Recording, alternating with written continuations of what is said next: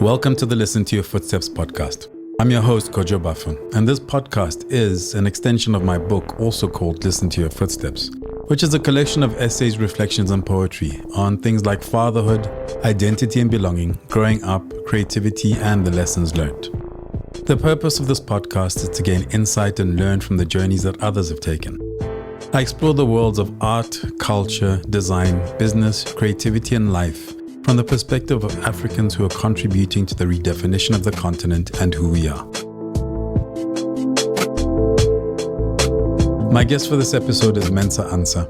According to Wikipedia, he is British Ghanaian, which I should have probably asked him about because I've always had the sense that he identifies simply as Ghanaian.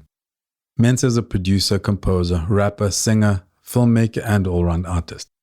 Another guest who I started building a relationship with on Twitter, first coming across him and his work over 10 years ago.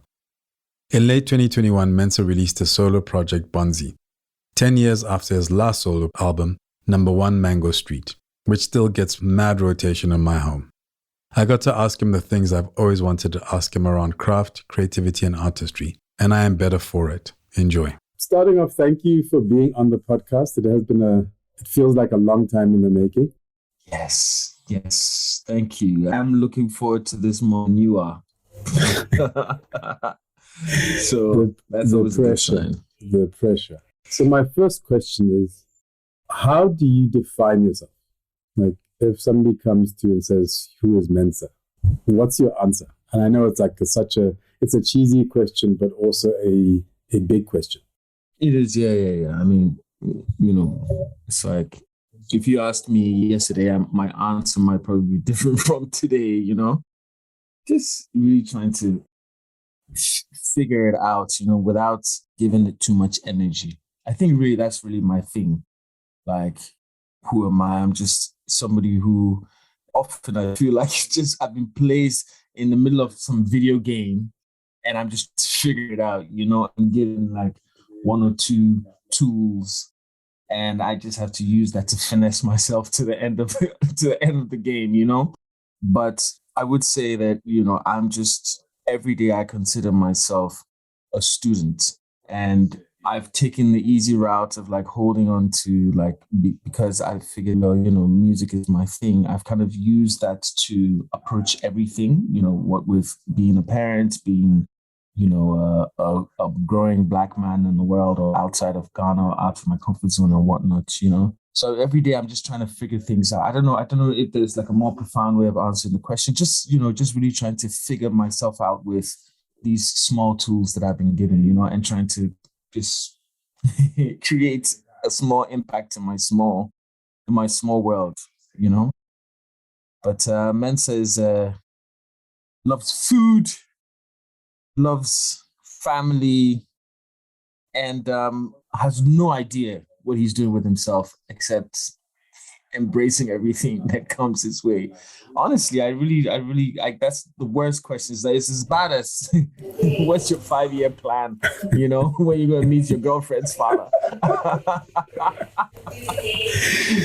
Where does that come from? I mean, that you do have a certain fluidity in terms of, particularly looking from the outside, right? A fluidity in terms of how you live your life. And you make it you give it a sense of ease. Has that always been a kind of a part of who you are, a part of your DNA, or is that something that you've grown into? Yeah, I think, I think it's there's two sides to it.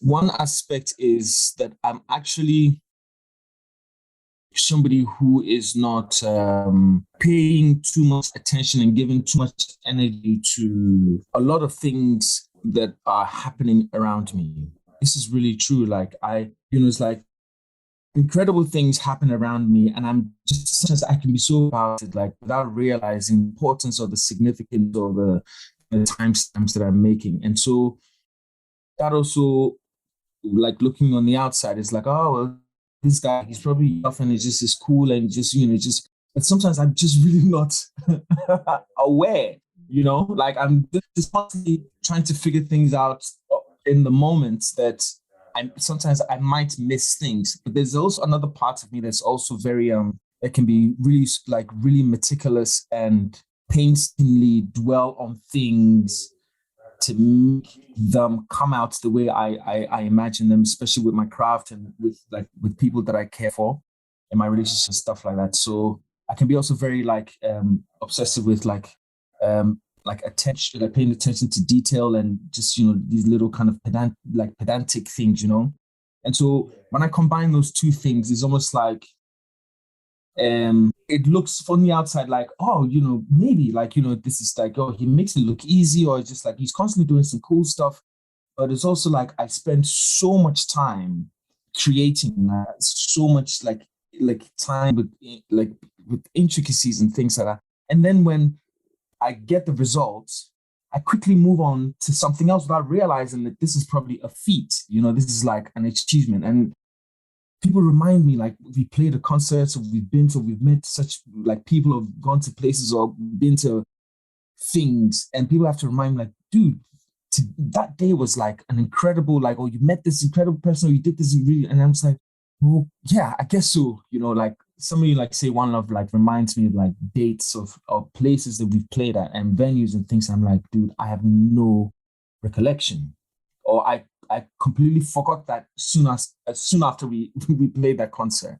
And then like people remind me, and then I start to see the enormity or the importance of these things. So I think that's what it is, just me not paying too much attention to, certain things. And then on the other hand, paying too much attention, like just being quite annoying to work with sometimes, because I can be a little like, that thing has to be fixed, like, before. So I do want to pick up on the craft and that sort of stuff. But before we get there, I mean, would you say it's like I discovered at some stage that a movie that had a very interestingly profound impact on my life, which was Love Brewed in African Pot, which my father got a reel for and showed in the cinema in Lesotho. And I hadn't been to Ghana since I was basically a baby, and then I went in my late 30s. So my father said, no, there's a friend of mine in Ghana, he's a filmmaker, he's made this film. He sent a reel through, and then he showed it at the cinemas in Lesotho for, I think, like a week or two. And then discovering that that's your uncle. Yeah. And then also discovering that in terms of your background, I mean, there's creativity and art in your family. So with, let's say, the successes or the perceived successes of those around you, from your father, your uncle, growing up, perhaps it's that gave you that, not necessarily a nonchalantness, but a recognition that there's the creating music, or there's the creating, and there's let's call it a lifestyle around it. And because you were exposed from a very early age, you hooked onto the creating, because for whatever reason you internalized that side of it very different. Oh man, I mean, I should send you send me an invoice, man, because this is psych 101. No, really, I've never really thought about it. I mean, I've kind of dabbled around that concept. Like my family is so critical of doing things properly, especially like even my own siblings. But then I realized that that's something they picked up from my dad. My dad picked it up from his dad, who was like brutal. Like, you don't get complimented for overachieving or for excellence. It's just like, you're an answer. This is how it's supposed to be. What's next? And so it's just like, you can't even stop to celebrate anything. It's just like constantly. And then can you imagine like me growing up and, my dad, doing all these things, and my uncle, the other uncle, and then my aunt, and then that other uncle, and then this other uncle, like everybody's like, but then it's like, my dad's siblings also behave like they don't respect each other. It's like, this is my younger brother. This is what he's meant to be doing. It's like, and then they speak ill of each other, but it's not in like, it's not in a malicious way, but it's almost like, whatever. on to the next, and my siblings are my most hardcore critics, And he's like, oh, okay, well, you could have done it like this. It's like, dude, why don't you go in the studio and record? Why do you have a job in tech? But then it's like, they like my eldest brother, like he sometimes gives me ideas of like what I wrote this verse in my head, and he starts rapping like, this guy, if he decided to be a musician, would kick my ass completely, And so it's like, I'm under a lot of pressure because of what my family and, my parents, have achieved. But I'm also, there's a part of me that doesn't allow me to really celebrate. Like any people who work around me know that I'm not somebody who's like celebrates. It's like we get a nod and then we move on. But I think, this is probably what it is, like growing up in the 90s with the 90s hip hop, where it's like, how real are you and how hard can you go? And like, don't be soft. And, it's like that thing is like, it does some things, like sometimes I'll be having a good time and I start feeling bad. Like, wow, why am I enjoying life so much? Something is about to go wrong. Don't make yourself vulnerable to, what is it? Is it like what is that, It's It's almost like yeah. So it's interesting that because I was involved in the poetry scene years ago, one of my favorite quotes, to paraphrase Saul Williams, was MCs or rappers hide their vulnerability and poets lead with their vulnerability. Yeah. And it's always so interesting watching people, navigate that, particularly if you're coming to art as a rapper, and then, you turn 40 and you mellow out and you're getting old, and I have friends who are rappers and just watching them just trying to reconcile that. And in some instances, they've walked away from hip hop totally. Whereas for me, because I've always been a consumer of it, right? But I was involved in the poetry scene, so it's been easier to find my balance. Balance. That's right. Yeah. I mean, no, man, dude. I mean, you're dropping so many gems here. I had to really like make a conscious effort to step away from this concept of being hard.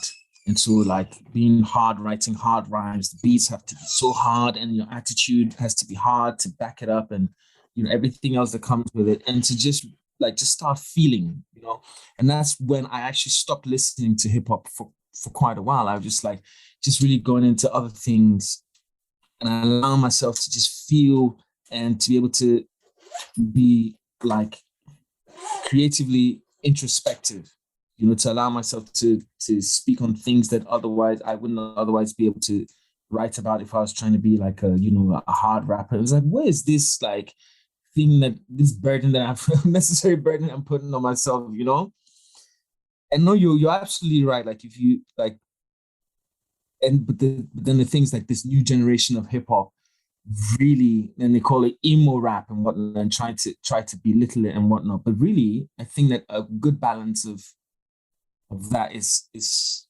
really beautiful. Like how artists like Kendrick Lamar and some of these new school acts are doing. But you're absolutely right, man. It's something that I had to consciously like really. It's like, okay, cool. Let's throw in something, especially if you're like an African man as well. I don't know if I'm if it's a reach, but there's this thing where even like being really cool with your parents is almost cool with your children as a parent is frowned upon in a sense. Your children are not your friends; they're not your and. Like, I don't want the same relationship I had with my dad. Like, we had so much, like I had to grow up to find out that we had so much in common, that if he had afforded me that ease of being around him and just really being able to talk and getting to know who he was just as a human being, not as a person who's just giving me instructions, it would have done me a lot of good. And so I don't want to make that mistake with my youngins. I mean, in one person, I play good cop and bad cop. Like I could switch on my kids and be like, okay, you're crossing the line now, but then there's always a space for us to have conversations about absolutely anything, you know, but that really started with my creative process, you know, and just like allowing myself to write or talk or produce anything that I felt, made me feel good or was an avenue for me to vent an emotion, you know. It's crazy. How do you navigate that? Like, in terms of with your children, because to be honest, it's something that I think about a lot, and but every day I realize that I am not there yet. In terms of that relationship, in terms of being able to, I'm not the, let's call it, the traditional African father where you're seeing children are meant to be seen, not heard, etc., etc. But you find that also with kids growing up in this era, you're having to navigate all of these things. You're having to navigate what you're carrying from your parents. You're having to navigate a world that's very different from the one that you grew up in. I mean, I have a 14-year-old, and I've started to realize that I'm not the target market for most of the things out there. Like, I don't need to know what's going on anymore. Before, because I write on it, so I was always up with music and all of these things, and now it's just like, yo, man, stuff can pass me by. It's all good.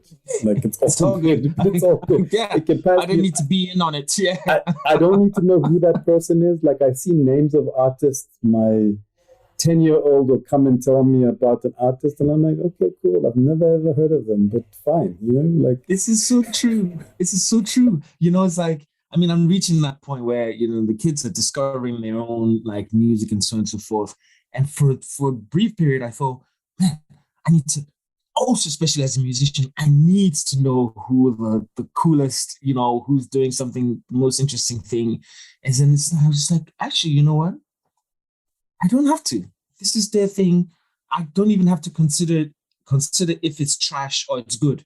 This is their thing. Just cool, But for me, I do a lot of like conscious introspection. That's something that I really like. I'm really proud of, like, especially, and the best time to do that is when I'm away from them, and I really kind of run incidents or situations or interactions with my kids back in my head. And then I think of like how sometimes I can hear my own mother's voice in the way that I chastise them, or, the way that, I discipline them and so on and so forth. And I really have to make these resolutions in my head and be like, okay, this cannot happen again. When you get back into the house, we're going to try another approach and try and be consistent with it, or have, really just have like purposeful conversations with other parents or, people who might have a better understanding with. Because, dude, I mean, especially for me, I don't know about you, but a lot of this fathering, I'm learning on the job. So there's a lot of blunders. There's a lot of like too much emotional child raising, where it's like, okay, I'm upset because I'm really actually upset, and therefore, when I speak to them, they can feel like this real upset, but it's like, why are you getting pissed off with an 8-year-old who's only trying to figure themselves out, So actually, you can pretend to be upset to get the message across, but really to be like, feel so bad because your child has made a horrible mistake that they actually don't have the tools, to kind of navigate around, you know what I mean? So there's a lot of like conscious, like, just playbacks in my head, like, oh man, dude, like, come on, man, ease up, like, come on, it's not that deep, and speaking to like pedagogists and child specialists. I'm lucky to have quite a few friends who are like, child specialists and so on and so forth. And they like, they bullshit my, like, why are you so stressed about your kids having to take a shower at 8 p.m. on the dot? Like, who cares, It's like, it's discipline. It's like, discipline for what? And you get stressed as an African parent, like raising your kids outside of Ghana and what, like the stress is a lot. So for instance, one time I realized that, actually, my kids are good and I need to chill out. They insisted on playing a game with me called the Yes Game, where for the next 4 hours I had to say yes to everything that they asked for.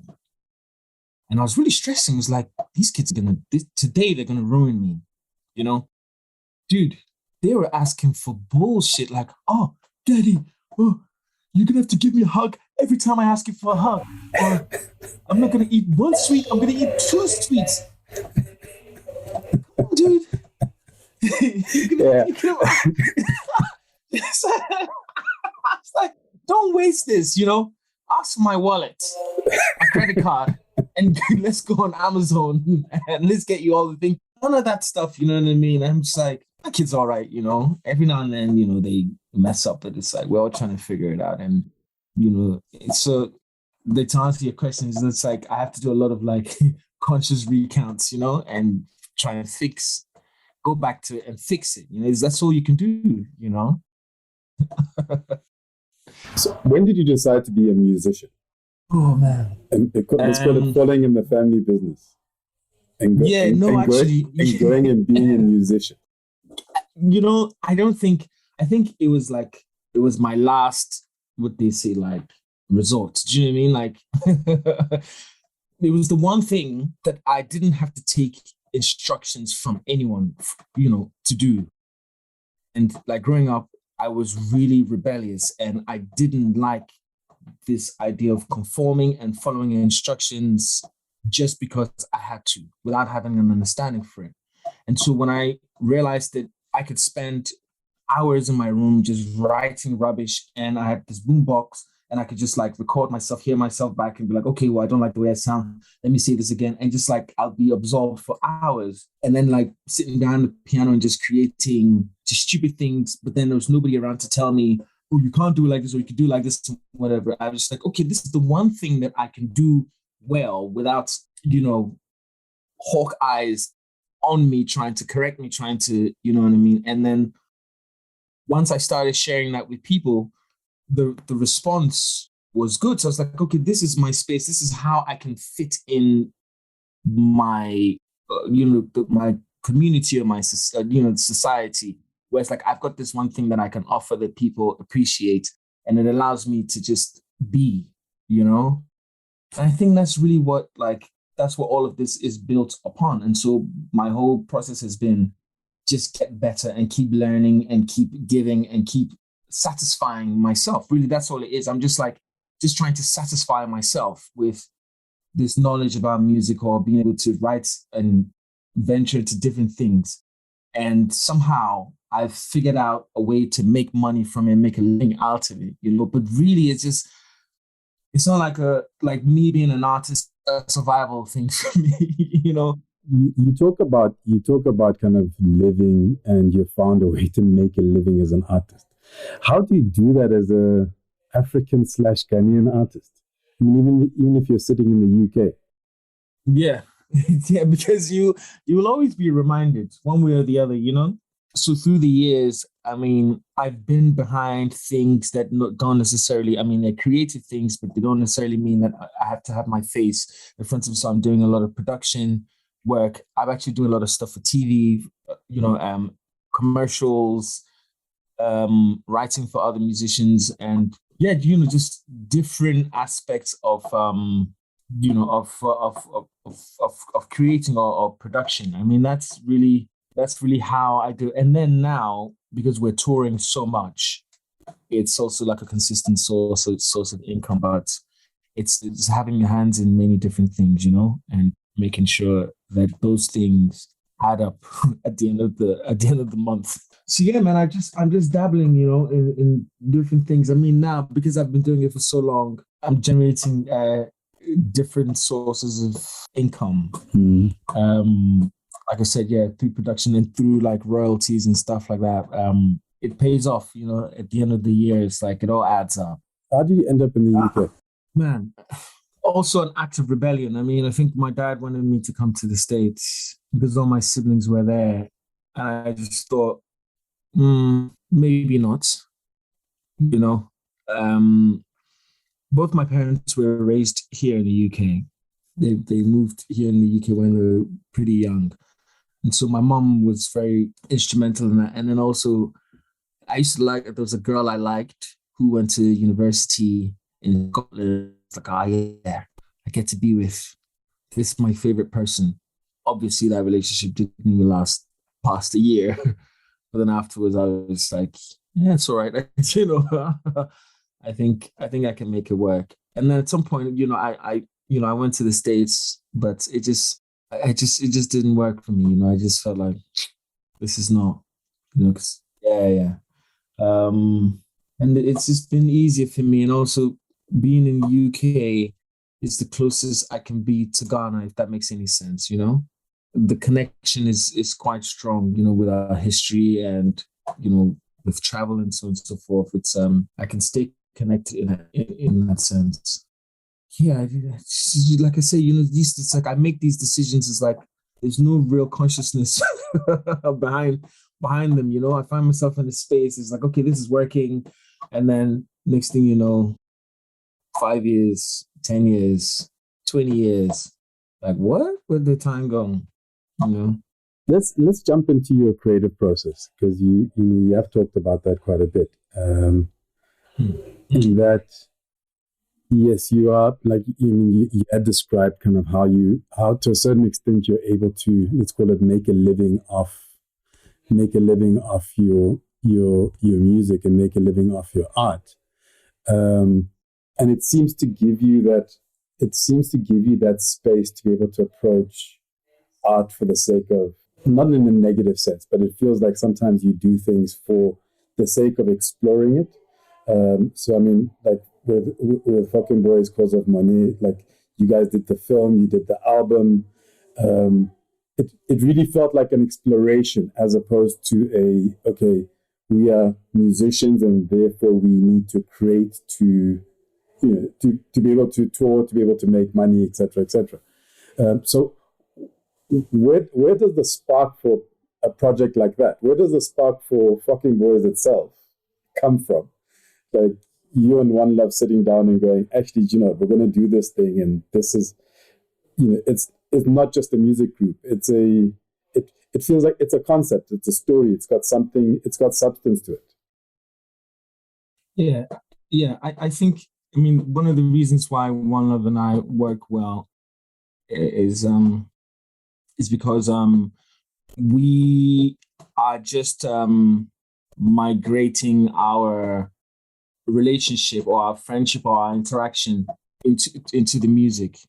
And so it's just about how can we shock each other the most, what are you going to say next that's going to really like, wow, I can't believe you just said that. And it's just a transfer of our conversations, our musings, our experiences, the things that we see together, while we're hanging out or while we're in the job.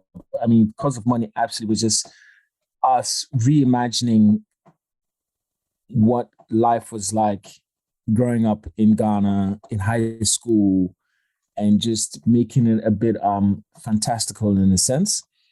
But a lot of it is just us just trying to amuse ourselves, to be honest with you. I think that is really the core of what we do. And even like with my approach is like, how can I amuse myself, or how can I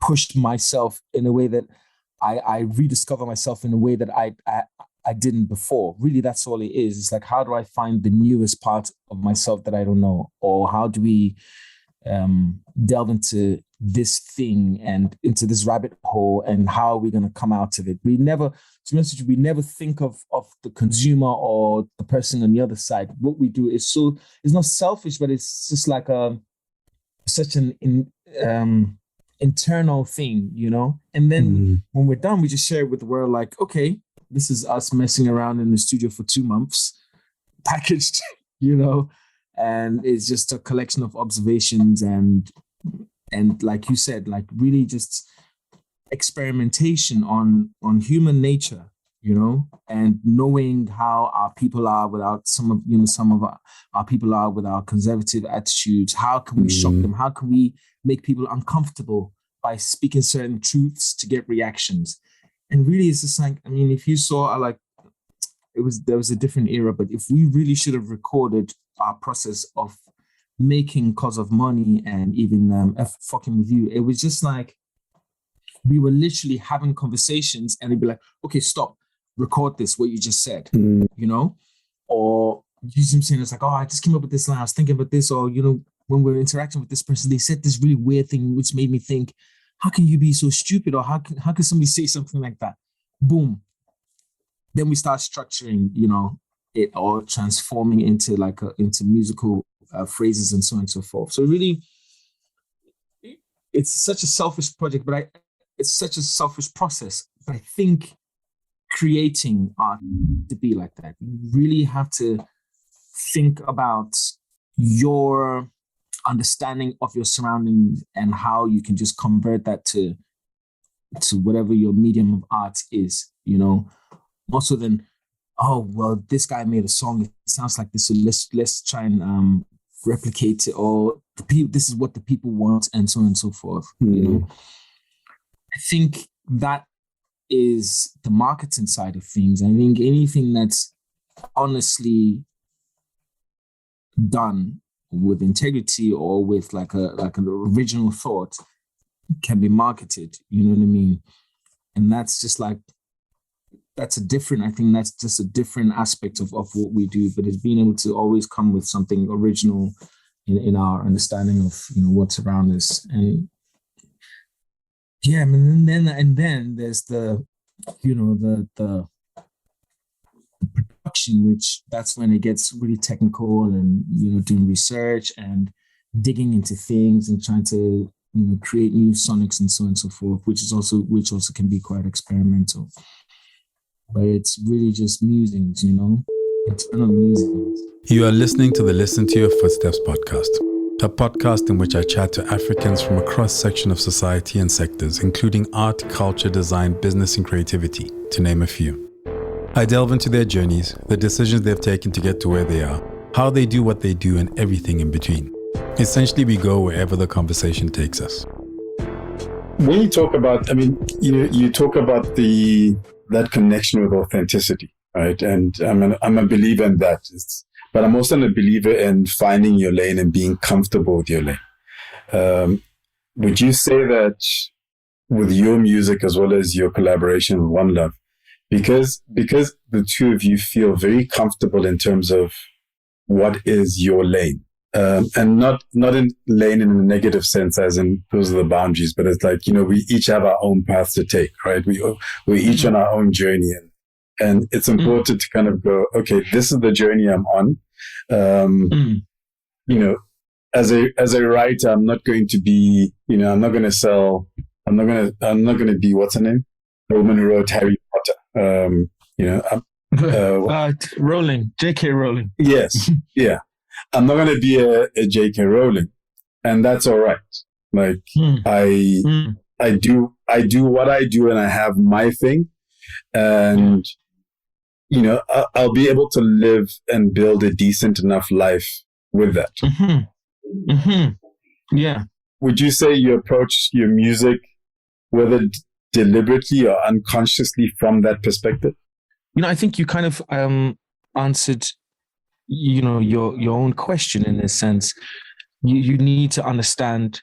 I think it comes with also a knowledge and understanding of self, because if you're making art in a certain way, but your mind is always on the achievement of somebody else or something else that's similar to yours or whatnot, you will never ever make art in a way that fulfills you or that allows you to reach your highest potential, because there's the distraction and the kind of the lack of knowledge of self will always interfere with your process, you know. And I think for me, like you're saying, like my lane, I haven't defined my lane, but I always know that I always know what makes me comfortable and what makes me uncomfortable, you know, and I can appreciate what other people are doing without feeling like I should be doing that, you know?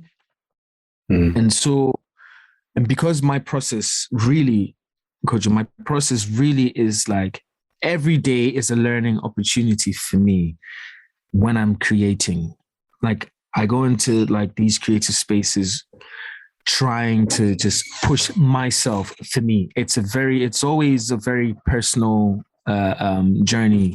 And so that's really what it is. I'm just looking at myself and trying to just, push the envelope until I feel like, okay, this is the most I can do now. Let me just share it with the world. And if the world does not appreciate it, we move on to the next thing, because I'm also not very precious about people's reactions and so on and so forth. So, and I think, what you said is apt.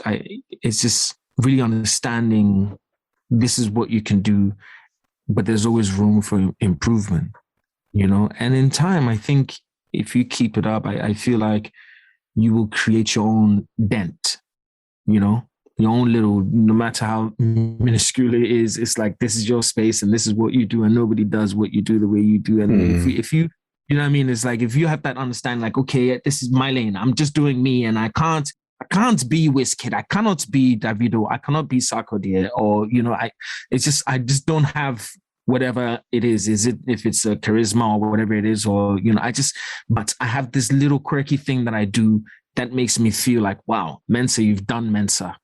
That's good enough for me. Yeah. So what then prompts you to work on a solo project, to come out? Essentially, I was just looking now, 10 years after number one Mango Street. It's actually been a decade. For number one Mango Street, you know that. I think it's you. But I was actually just looking now, like, because I just checked online very quickly, and I'm like, it's actually 10 years. Like, yeah. It doesn't feel like 10 years for me personally, but No. like, I still dump Kilowele Pimping. That's still my track. But like, what prompted you 10 years later to now go, okay, I'm actually going to work on something? Yeah, it's always been at the back of my mind, I think, because, the way Kilowele Pimping was, Number One Mango Street was made was also after a few years of collecting information. So it was like collecting information, putting it together, and presenting it to the world. So that's what Number One Mango Street was. Because, I'd moved back to the UK permanently, and I was just like interacting with musicians and really finding myself, like rediscovering myself as a Ghanaian outside of Ghana, and so it was like Number One Mango Street was very nostalgic, because a lot of it was like references to growing up in Accra and where I am now, and what all those influences have done to or for me. And then like 10 years later, it was like, we did the FOKM Boys thing. I did the Red thing. We did the films. I was touring with different musicians. I met like world-class musicians, and also spent a lot of time in the studio. And also like my personal life changed so much. Like I became a parent twice over. And it was like, okay, so who am I becoming now? How do I create this timestamp for, Mensa on, just as Mensa? And so it's constantly, anybody will tell you, like, musicians always have a project going on in their heads. Always. They could be in the middle of the biggest thing with Puff Daddy or whatever.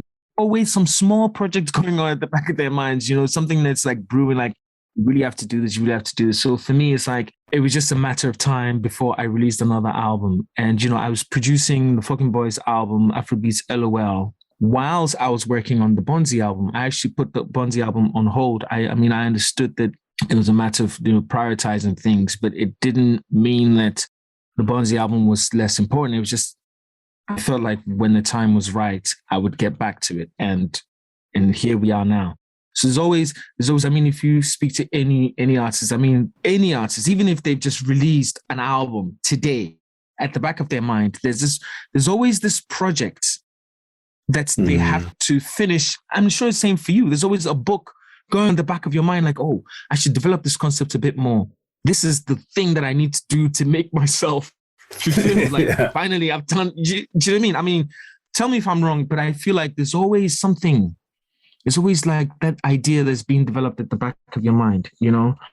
And Bonzi was one of those things that, you know, I really took my time because it took me over 3.5 years to release this album, you know?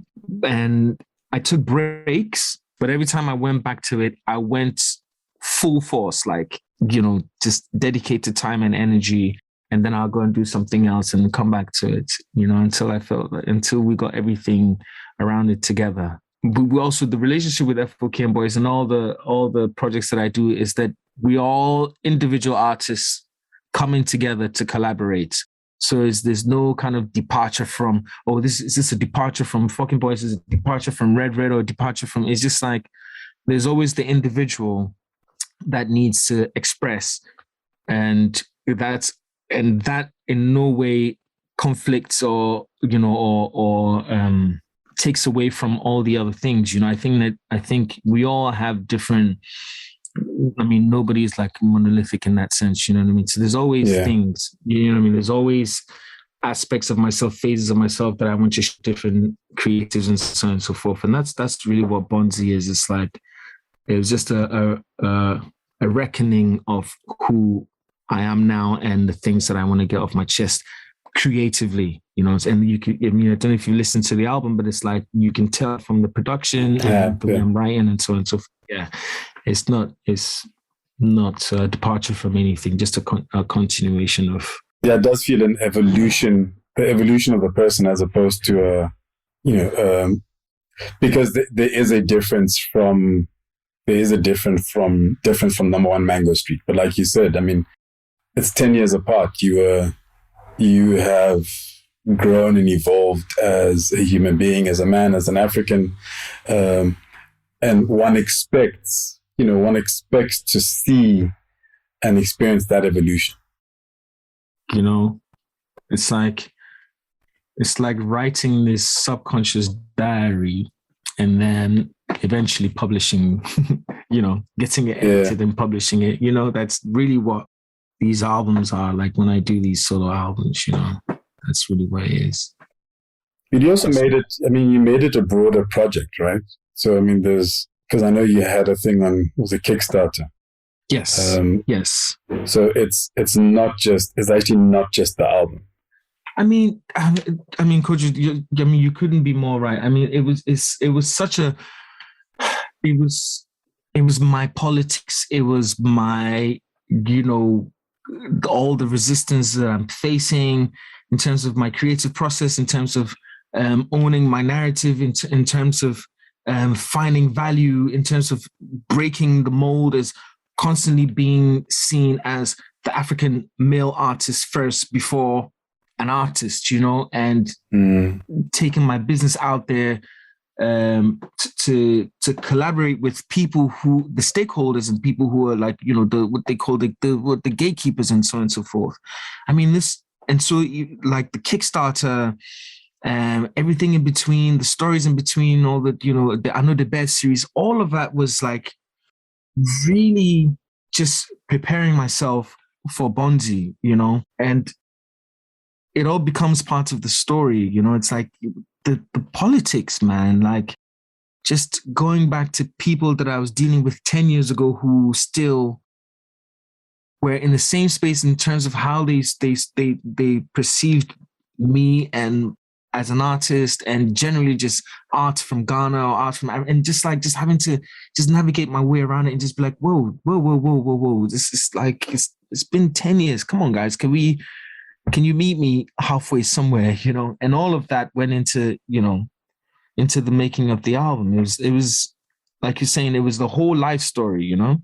It was a lot. And that Kickstarter really solidified my faith in there being an organic audience that just wants to hear some music and just wants to you know, not deal with all the madness, but with the streaming platforms and labels and, you know, the power dynamics that happens in the industry. And it was a lot, man. It was such a learn. I mean, the last 2 years was such a learning curve for me, you know, because it's like, yeah, I can sit in the studio and create music all day. But now when it's time to present it, the resistance and the pushbacks and the bullshit and people just making you feel like the value that you have for yourself is actually not what it is. And on the other hand, there's also people who just believe in what you're doing and they see the vision, they see what you're trying to achieve, both in a very personal way where I have like a really strong support system, but then also just like to my audience that I've garnered like through the years who just came out of the woodworks and were like, yeah, Mensa, why not? Let's make this Kickstarter happen so you can release the music the way you deserve to, So it's like, it was a lot. It was a lot, man. It was a lot. It's such a difficult, it feels like a difficult world.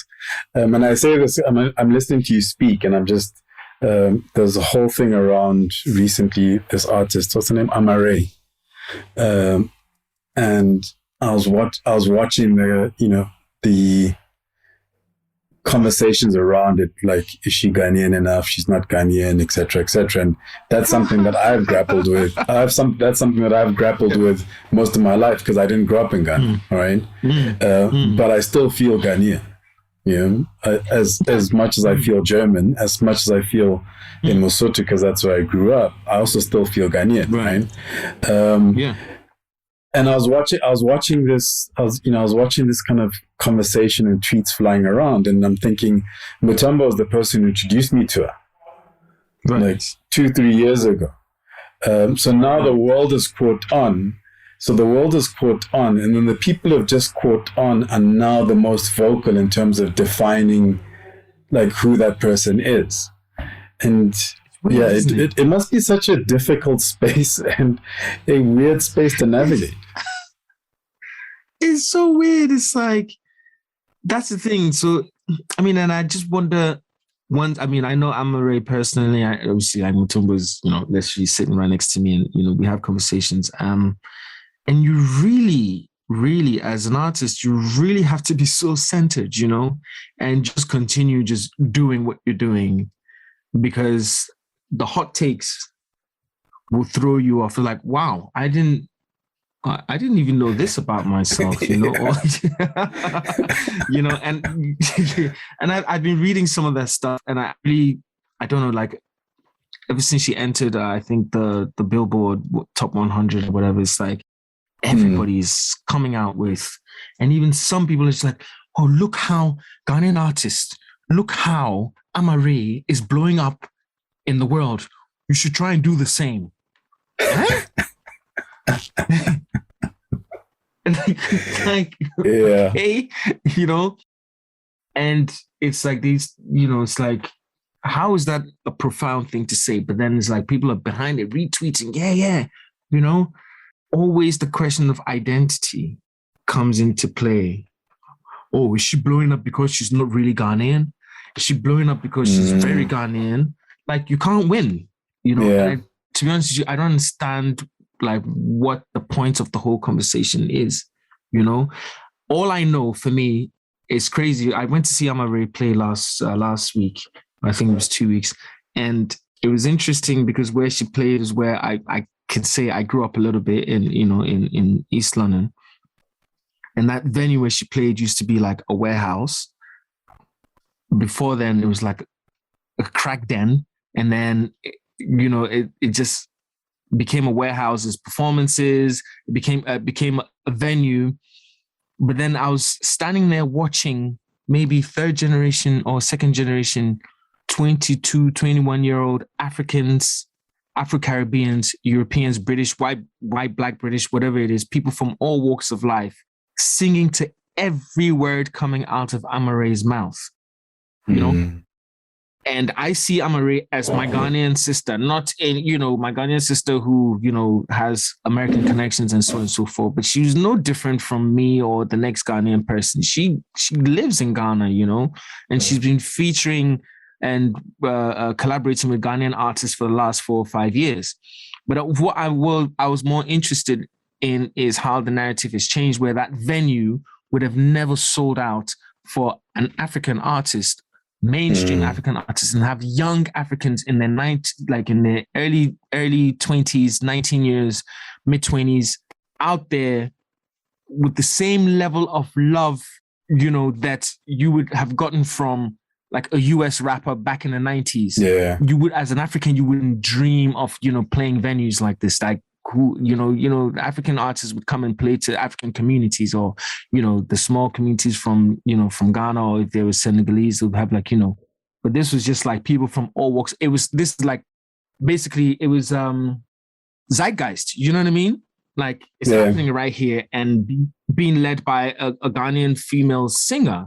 And it was just beautiful for me to see. And I was like, because I'd been there 10 years before and I knew what this place looked like, So for me, that's really the narrative that I'm interested in. Just like, how can we keep pushing, young musicians, young artists from the continent and get them the same respect, give them the same credibility as the next artist from, American artist or British white artist, whatever, I mean, that's really what I'm more interested in. Everything else is noise, really. All these hot takes, people don't know what they're talking about. Just enjoy the music and shut up,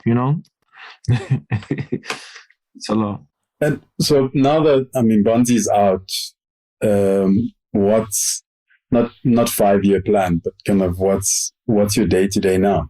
What's your day to day now? What's the when you wake up tomorrow morning, what's the objective? Oh man, I mean, I only took it to tomorrow morning, not 5 years. It's like I go to bed and I'm thinking I need to wake up early enough to get these girls ready for school, and then in my mind, to be honest with you, and my business partner will hear this and be like, this is what you artists do, you assholes. Basically, as soon as the album is released, I'm just like, what's next? When do I start creating music again? Like I need to, because I've just spent so much time and energy being the label, being the manager, being the motivator, being the accountant. We're doing everything ourselves, and it's like once the music is out, I just want normalcy of being an artist. But then again, it's like I understand that we need to push the album further. We're making really cool content around it. I'm really excited. But the back of my mind, that's, that monkey on my shoulders is growing bigger, But if you're asking like, what's the next plan for like Bonzi? I mean, we're planning some tour dates. We're going to do a really nice joint tour with a very interesting artist. We're yet to announce that. And then obviously we're going to play, some dates in Europe and also come back home to Ghana and throw a grand concert. Like that's once I've been able to do that, I know that the major box has been ticked. But, last night I was up till midnight on my drum machine, just like cooking up ideas. And this morning I listened to it and it was all trash, like absolute trash. And I was like, yeah, I'm making bad music again. Very good. Because it's, I have to go through that 1 week of like, building that muscle again, I'm really excited about it, but yeah, we have so much, because we made a film around the making of the album as well. And then during the lockdown, we did a documentary called Bonzi Alive, which features some live musicians who reinterpreted the music in a live form with like a string session and so on and so forth. So it's like, there's so many interesting things to touch on right now that the album is out. I'm quite excited. Like I need more hours in the day, so I can feed the monkey on my shoulder and also keep my business partner happy. Great stuff. I'm looking forward to seeing what's next and what's next in the distant future. I mean, I think that fluidity is what makes your work engaging and appealing and has built a community around it that not a lot of artists have. I think because everybody focuses on the, let's call it the big artist, we lose sight of the importance of community around art and community around an artist and what they create. Oh man, I mean, how crucial is that?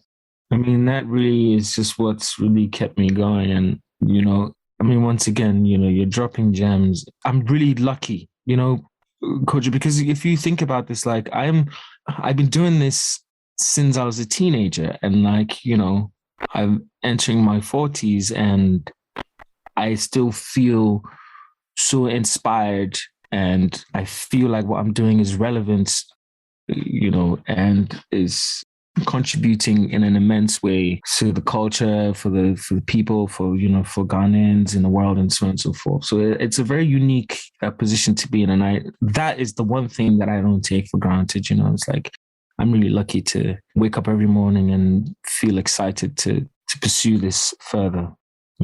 Really, and it's like you say, it's the community that's really given me that vim. Like, yeah. It's all right. It's okay. You can have your grays and, still do your thing, And it's also, I mean, I just wanted to say, but the core genre, which is hip hop music, is not even 50 years old. You know what I mean? Like, we're only now seeing rappers from the 90s reach their middle ages and still figure out what that means. Like, how do you create as a rapper in your, when you're in your 50s or whatnot? Do you know what I mean? It's like, it hasn't been done before. So we're all just like, okay, how do you position yourself so you're not corny or you're not trying too hard? Because obviously hip hop music is so mainstream that it's also very ageist. You know what I mean? Yeah. So it's rough. Like, who do you look up to? In how to reinvent yourself. We're all learning on the job. It's something. No doubt. Thank you, sir. Coach, thank you. I'm glad we could make this happen. The Listen to Your Footsteps podcast is produced by Zebra Culture. If you have ideas of what we can do better, people you'd like us to have a conversation with, or would just like to share a thought, you can email me on info@zebraculture.com. To check out past episodes, go to kojabuffer.com/podcasts. And if you enjoyed this episode, please share with a friend. If you'd like to get a copy of the book, Listen to Your Footsteps, check out kojabuffer.com/book. There are details on the various spaces it's available at. I'd also appreciate it if you could leave a review or comment wherever you listen to your podcasts. Finally, there's the Zebra Culture by Koja Buffer newsletter, where on a weekly basis, I share a curated list of articles, playlists, videos, etc. that have caught my attention. Thank you for listening. I hope you enjoyed listening to the conversation as much as I enjoyed having it.